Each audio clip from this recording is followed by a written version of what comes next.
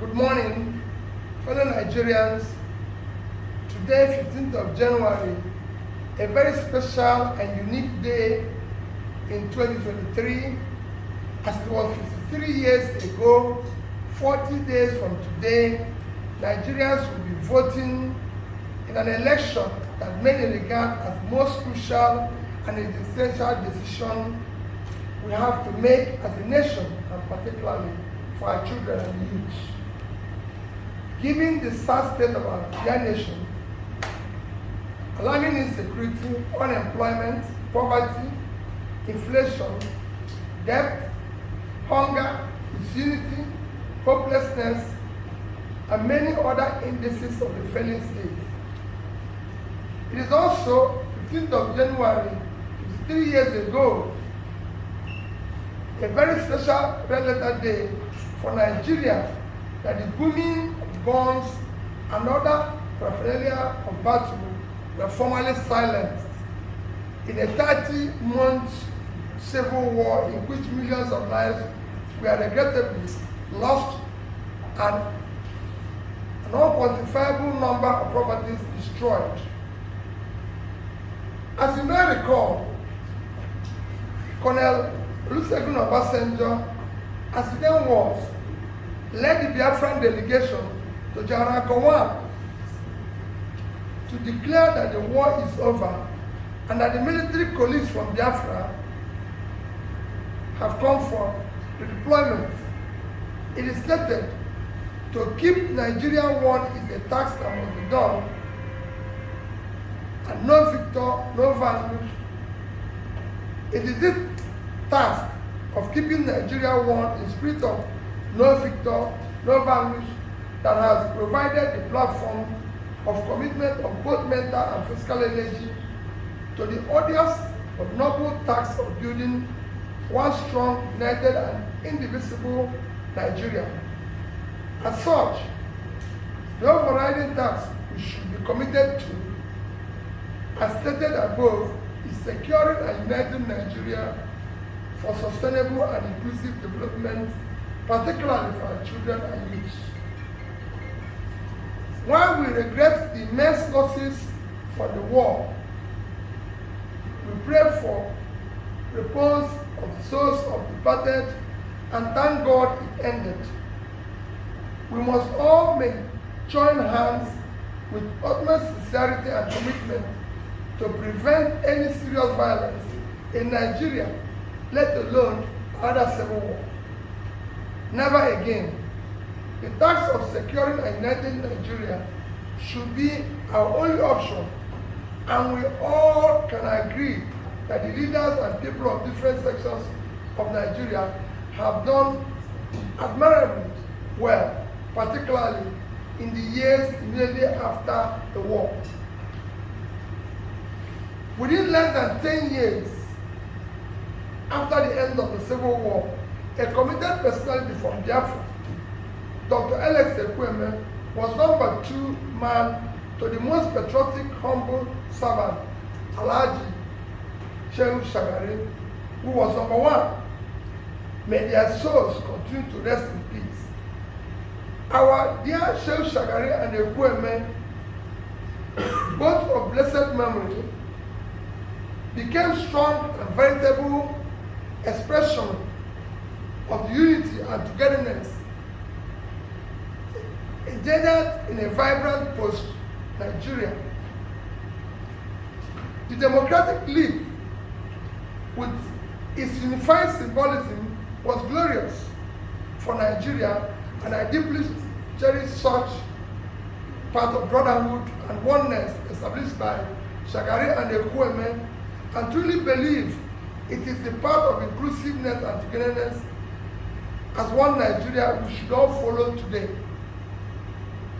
Anyone who still harbors a different agenda, different from the realization of wholeness and unifying people-oriented development vision, is a terrible disservice to this generation and generations of Nigeria yet unborn.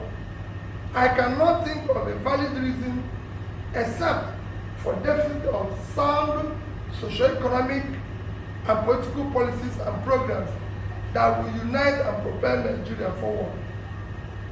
From what I know, the Southeast, the Igbo nation led by Ohanaeze, has at every opportunity been unequivocal about its commitment to unity, oneness, integrity, and progress of Nigeria based on equity, justice, and inclusive society.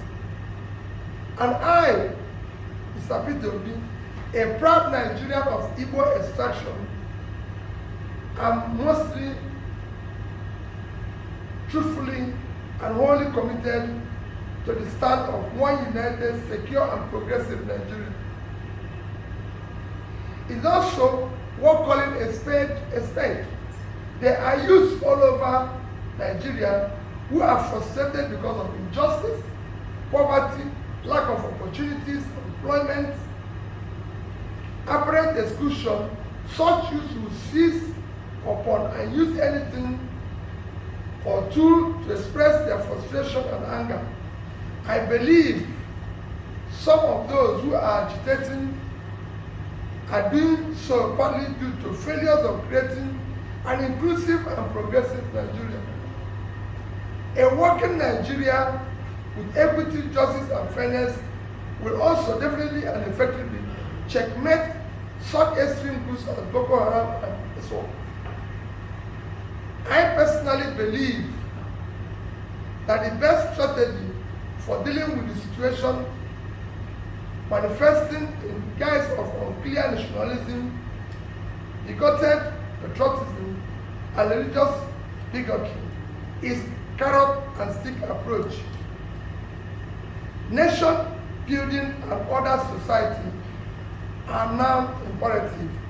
We must win those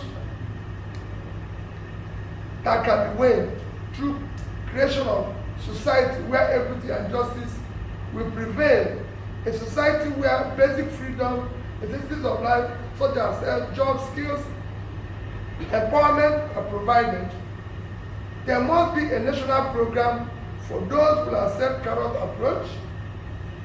For those unwilling to yield to carrot approach, the stick option will feel it justified and applied.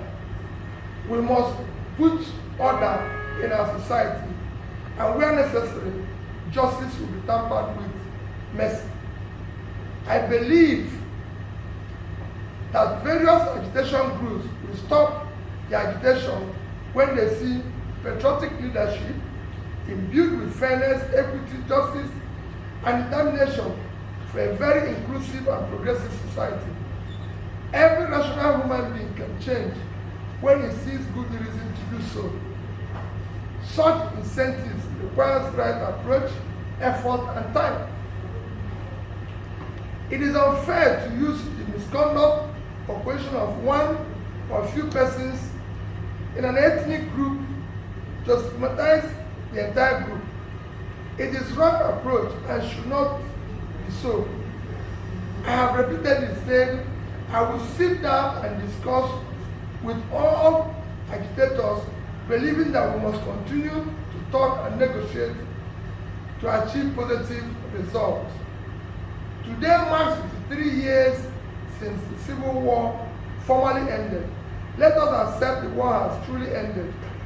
To try to continue to fight a civil war today, after 53 years, will be a great disservice to Nigeria and Nigerians, particularly for our heroes who diligently labored to secure and unite us. Let us rallying anthem be, though tribes and tongues differ, in brotherhood we stand. On this day, 15th of January 2023, I most sincerely pledge and commit that I will spend the rest of my life making sure that the civil war and circumstances that led to it do not reoccur, and to ensure that we build an all-inclusive, progressive society where no individual group will feel estranged, marginalized, excluded, and remain resolute to a new Nigeria that we all will be proud of and patriotically committed to the is possible and is the task was all achieved. Today, 133 million Nigerians live in multi-dimensional poverty. 20 million children are out of school. We have near 40% unemployment, with about 60% youth unemployment. Our youth today in their productive age don't know where the next meal will come from. Our drug prevalence among our youth is the highest in the world. We have overtaken India in infant mortality. That's why they found that 7 times our population. We are globally treated as second-class citizens, with Nigerians being refused entry into countries we were far better than a few years ago. These are things that should concern us today. These are things I want us to come together as a family and a great nation to commence revising, irrespective of our tribe and religion. That is the Nigeria for which I wish to be a team leader, where everybody will be included, no matter where they are from or their beliefs. There's a critical junction at times in which every nation must seize a moment to define its history. For Nigeria, the moment is now. Today marks 53 years of Nigerian reunification after the Civil War. A new year and a new Nigeria is possible. A nation bound in freedom, peace, unity, justice, and prosperity is realizable.